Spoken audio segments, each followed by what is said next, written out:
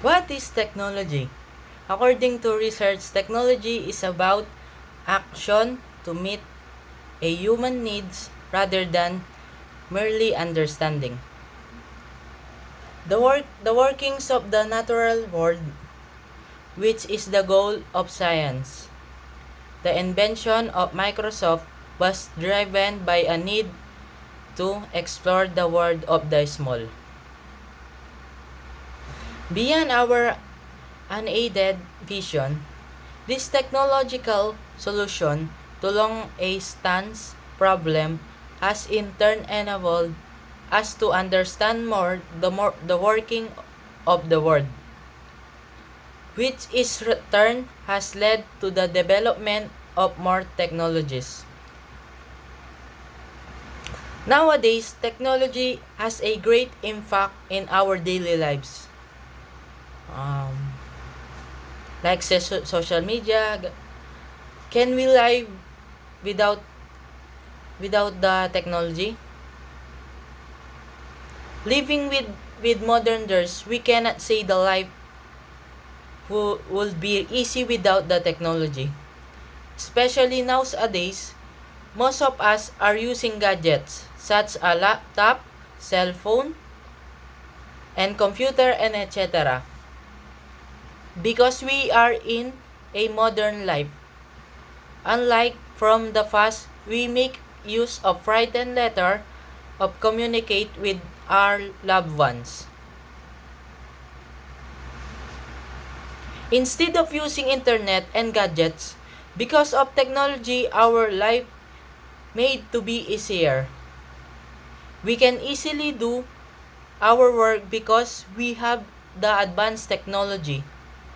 We can make use of machines to make products to lessen the time. We make our products easily and fast. We don't need to spend more time in making and we're not having a hard time because we only use machines so that it will be easy. In our day to day life, technology is very useful and important. We made we can make communication much easier than ever before. The introduction of modified and advanced innovations of phones and its application has made connecting to people much easier. But in the other hand, technology providers users with benefits and disadvantages. According to certain physiological research teams have also proved their disadvantage. Because of the presence of social media applications like Facebook, WhatsApp, Twitter, Instagram, and etc. The actual isolation has increased manifold, and ultimately it leads to increased loneliness and depression cases amongst the youngster.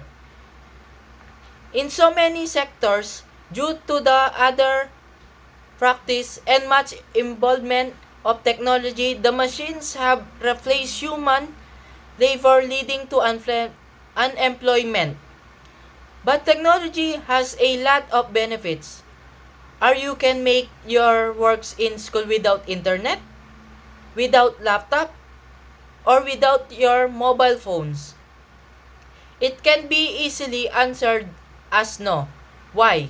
Especially when the COVID pandemic comes.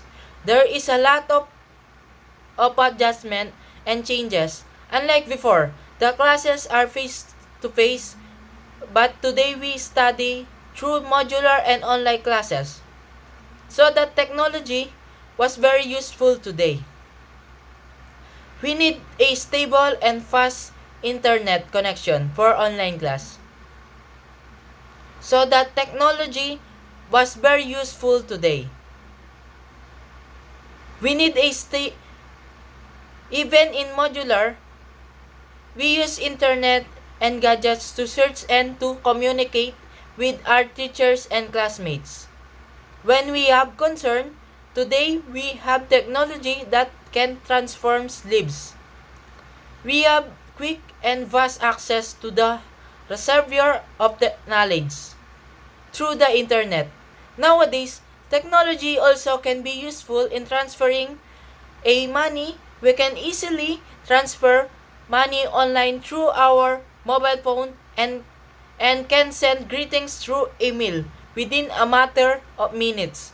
Unlike from the past, it can take too longer time before we send the money. And thank you.